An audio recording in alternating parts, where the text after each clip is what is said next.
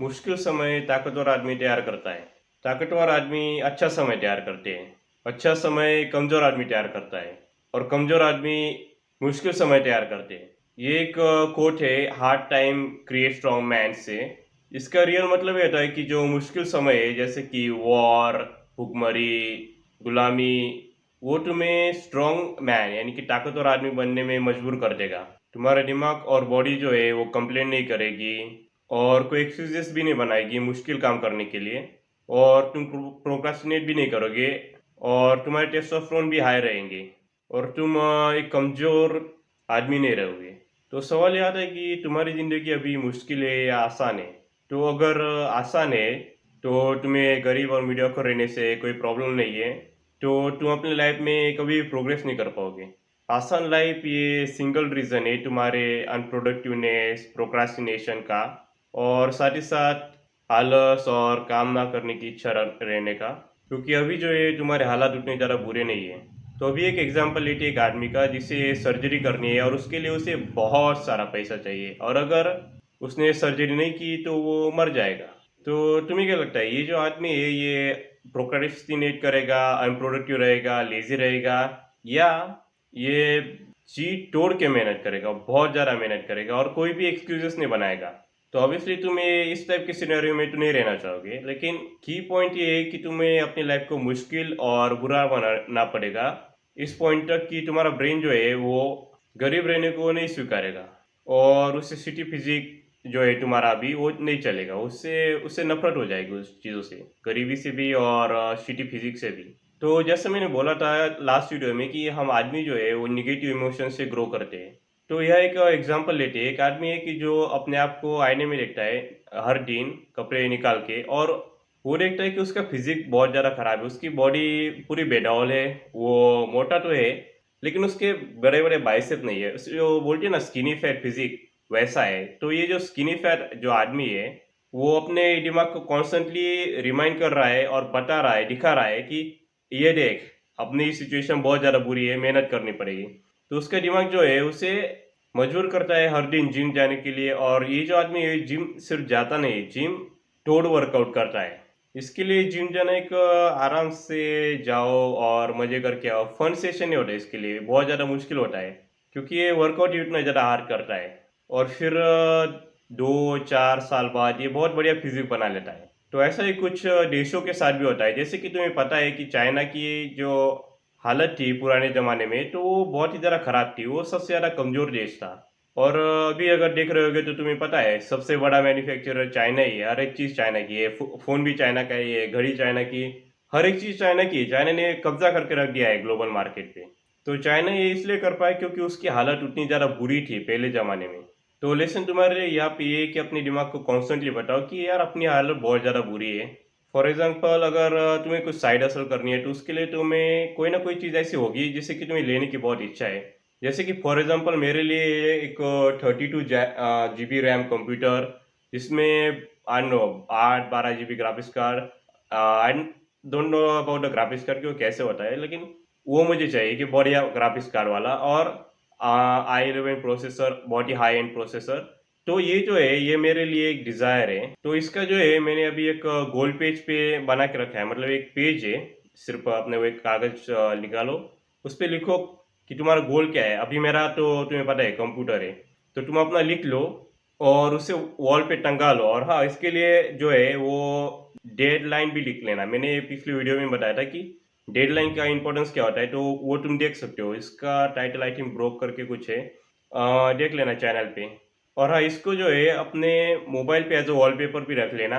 इससे होगा है कि तुम्हारे दिमाग को कॉन्स्टेंटली रिमाइंड होगा कि यार हम गरीब है, उतना ज़्यादा अफोर्ड नहीं कर सकते। तो तुम्हारे दिमाग को डिज़ायर आएगा कि लेना लेना ही है, अफोर्ड नहीं कर सकते, क्या करें।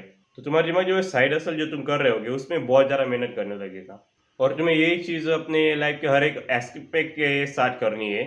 जैसे कि लड़कियों के साथ, अगर मान लो तुम्हारी गर्लफ्रेंड नहीं बन रही तो मास्टरबेट मत करो, और अपने दिमाग को बताओ कि यार सेक्स तभी मिलेगा जब तू जाके लड़कियों से बोलेगा, बातचीत करेगा, और सडनली तुम्हारा दिमाग जो है वो तुम्हें थोड़ी थोड़ी हिम्मत देने लगेगा कोल्ड अप्रोच करने के लिए, लड़कियों से बात करने के लिए। और तुम्हारा अगर ये हैप्पीनेस टाइप माइंडसेट है कि जो कहता है निगेटिव इमोशन बुरे होते हैं, वो स्ट्रेस देते हैं तुम्हें, तो हाँ, नेगेटिव इमोशन जो है वो तुम्हारे लाइफ में स्ट्रेस बढ़ाते हैं, और वही तो एक पॉइंट है। तुम्हें किसी भी चीज़ को लेके स्ट्रेस आउट रहना पड़ेगा, जैसे कि पैसों के लिए, तो तभी तुम अपनी लाइफ में एक प्रोग्रेस बना पाओगे। और हाँ, स्ट्रेस को यूज़ करने के लिए तुम्हें कोई भी एक कोपिंग मैकेनिज्म और कोई भी एडिक्शन नहीं होनी चाहिए लाइफ में।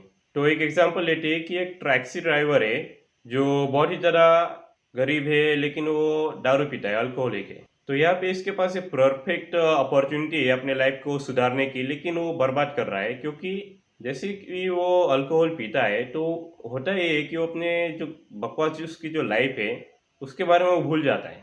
तो ये जो अल्कोहल है उसके लिए कॉपी मैकेनिज्म है अपने लाइफ के लिए। तो और वैसे भी तुम्हें पता ही होगा कि जो लोग बोलते हैं ना, एक गाना भी है, हम पीते हैं गम भुलाने को, हाँ ऐसा कुछ है, हम पीते हैं गम भुलाने को।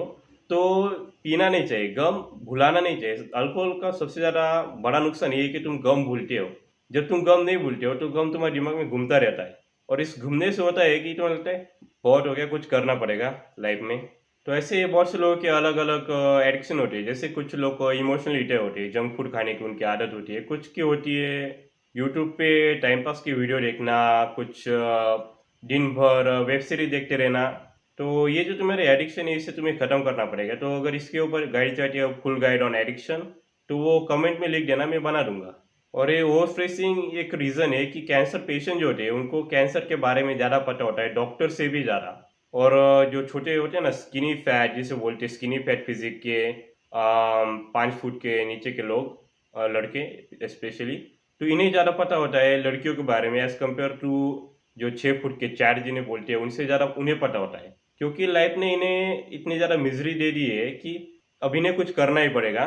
तो ये जाके सीख लेते हैं। हालांकि जो भी सभी जो होते हैं वो 5 फुट के नीचे जिन्हें शॉर्ट बोलते हैं, शॉर्ट गाइस, छोटे लोग, वो सभी ऐसे तो नहीं होते कि सभी सीखते हैं, लेकिन जो सीखते हैं वो वही होते हैं जिनके पास कोई भी एडिक्शन नहीं होती, क्योंकि लाइफ उन्हें उतनी ज़्यादा मिजरी और ओवर स्ट्रेस दे देती है। तो अपने लाइफ को मुश्किल बनाओ, और जैसा मैंने बोला था वीडियो की शुरुआत में कि अच्छा समय कमज़ोर आदमी तैयार करता है। तो ये सोचो कि 90s के ज़माने में जब अंग्रेज़ों ने भारत छोड़ा, तब देश में बहुत ज़्यादा भुखमरी थी, गरीबी थी, और गुलामी तब भी कुछ हद तक थी। मतलब अंग्रेज़ों की नहीं, लेकिन जो लोग थे जिनके पास पावर थी।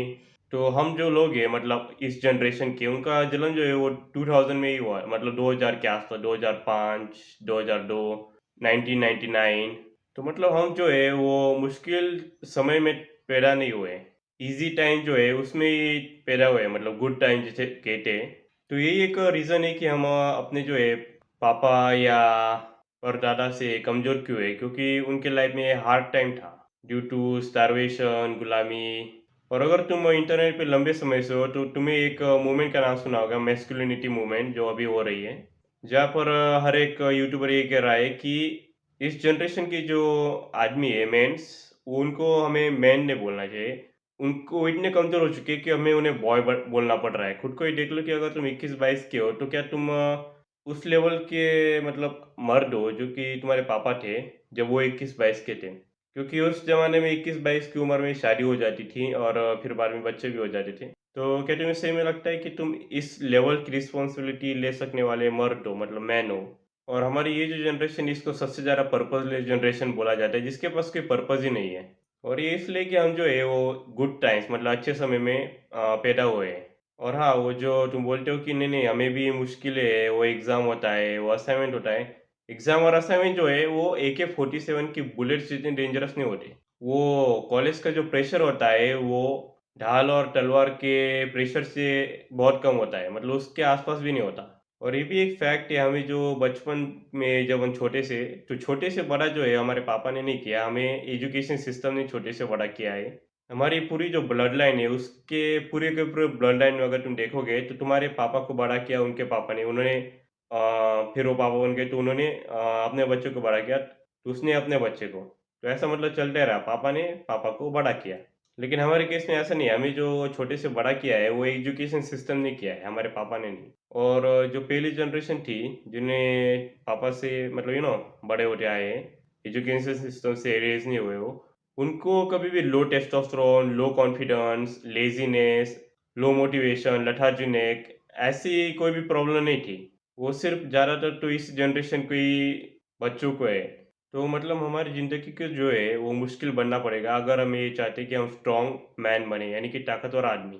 और ये किया जा सकता है अपने आप को कॉन्स्टेंटली रिमाइंड करके अपने डिज़ायर्स के बारे में और लाइफ को इन जनरल मुश्किल बना के। जैसे कि जंक फूड यानी रेडी का खाना मत खाना, बहुत ही ज़्यादा हार्ड वर्कआउट करना, तुम्हारे वो जिम के क्यूट-क्यूट वो वर्कआउट रूटीन नहीं, बल्कि बहुत ही ज़्यादा हार्ड वर्कआउट करना। तो इसके लिए तुम अभी एक टेस्ट कर सकते हो कि तुम्हारा वर्कआउट रूटीन कितना ज़्यादा डिफ़िकल्ट है, कितना ज़्यादा हार्ड है उसके लिए। तो अभी जाके जिम में जब जाओगे तो कोई भी एक एक्सरसाइज़ ले लेना, कोई भी ऐसी सेफ सी एक्सरसाइज़ और उसको जो है वो मैक्सिमम रिपिटिशन करना कि पूरा जान लगा देना, टिल फेल्योर करना है। तो थोड़ा वज़न भी कमी कर लेना, जितना तुम उठाते हो उससे थोड़ा कम उठा लेना। और फिर देखना कि जब लास्ट रेपिटिशन में जब तुम उसे वज़न को नीचे रखोगे, तो अपने आप को एक सवाल करना कि यार इसकी ये जो मैंने अभी वर्कआउट किया उसकी इंटेंसिटी कितनी रहेगी 10 में से? अगर तुम्हें नंबर देने हैं कि तुम टीचर हो, तुम्हें आप नंबर देने हैं अपने परफ़ॉर्मेंस को, कितने दोगे? अगर खुद से झूठ नहीं बोलोगे तो वो आएँगे 5 या 6 आउट ऑफ 10। तो ये सोचो कि ये जो वर्कआउट किया तुमने सबसे ज़्यादा मुश्किल, उसका अगर तुम रेटिंग दे रहे हो 5 या 6 आउट ऑफ 10, तो तुम्हारी जो नॉर्मल वर्कआउट है, वो तो सिर्फ़ 3 आउट ऑफ 10 ही रहेगा, 3 आउट ऑफ 10। और ये एक रीज़न है कि बहुत से ज़्यादा जो लोग होते हैं ना, वो 8 या 12 महीने की जिम के बाद जो है अपना ज़्यादा गेन्स नहीं दिखते। मतलब बॉडी जो है वो ज़्यादा गेन नहीं करती मसल मास। जो शुरुआत के 8 या 10 महीने जो होते हैं ना जिम के, उसमें से तुम्हारी जो इंटेंसिटी है वो 7, 8 आउट ऑफ 10 रहती है, क्योंकि तुम शुरुआत में कमज़ोर होते हो।